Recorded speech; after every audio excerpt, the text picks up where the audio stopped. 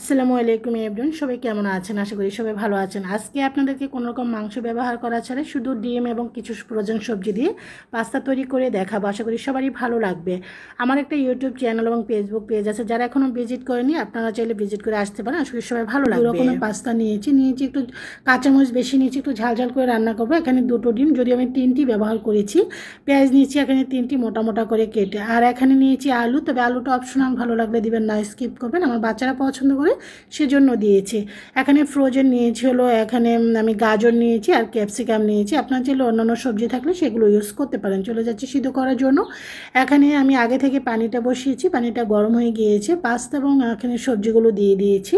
এখানে গাজর আলুটা পাস্তার সাথে মিক্স করে নিয়েছি, কারণ পাস্তার সাথে এটা সিদ্ধ হয়ে যাবে। একটু লবণ দিয়ে নেড়ে চেড়ে মিক্স করে নিয়েছি। টকবগে কিন্তু অলরেডি ফুটে উঠেছে, পাস্তাটা আস্তে আস্তে হয়ে আসছে। আর প্রায় 1-2 মিনিট সময় লাগবে, কারণ অতিরিক্ত সিদ্ধ করবে না, তা নাহলে এটা একদম গলে যাবে, যেহেতু এটা আরও রান্না করব আমরা। এখন সিদ্ধ হয়ে যাওয়ার পর একটা স্ট্রেনারে করে আমি নর্মাল পানি দিয়ে ধুয়ে একটা সাইড করে রেখে দেবো। চলে এসেছি রান্না করার জন্য।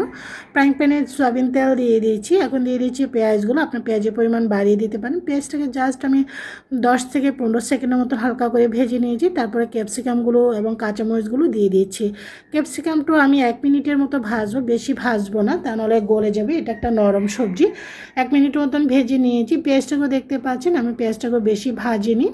এখন আমি দিয়ে দিচ্ছি ডিম। এখানে আপনারা মাংস ইউজ করতে পারেন। আসলে বাসায় তো সবসময় মাংস থাকে না, তো এখন যেভাবে ইজিভাবে রান্না করা যায় যেন সবাই খেতে পারে, আমি এখানে 3টি ডিম ইউজ করেছি। যেহেতু পাস্তাটা সিদ্ধ হওয়ার পর দেখলাম যে একটু বেশি হয়ে গিয়েছে, এখন আমি এটার সাথে মিক্স করে নিচ্ছি ডিমটাকে এভাবে করে। তবে ডিমটা বেশি নাড়াচাড়া করলে একদম ঝুরা ঝুরা, অতিরিক্ত ঝুরা যাবে। একটু লবণ দিয়ে দিচ্ছি।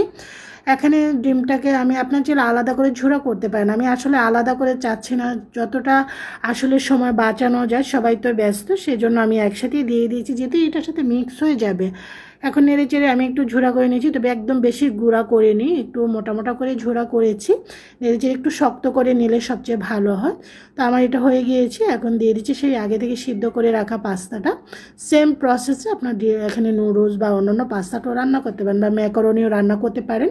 নেড়ে চেড়ে আবারও মিক্স করে দিয়েছি। প্রত্যেকটা জিনিসের সাথে পাস্তাটা দেখতে অনেক সুন্দর লাগছে। গাজরটা আসলে যে কোনো রান্নার কালারটাকে মনে হয় যেন আরও বেশি ফুটিয়ে তোলে। এখানে এখানে মশলা দিয়েছি 3 প্যাকেট। তো আমি সিদ্ধ করার সময় লবণটা একটু কম দিয়েছি, যেহেতু আমি এখানে সয়া সস ইউজ করব। সয়া সসে তো লবণ থাকে, সেজন্য আমি এখানে 3 চামচ সয়া সস ইউজ করেছি।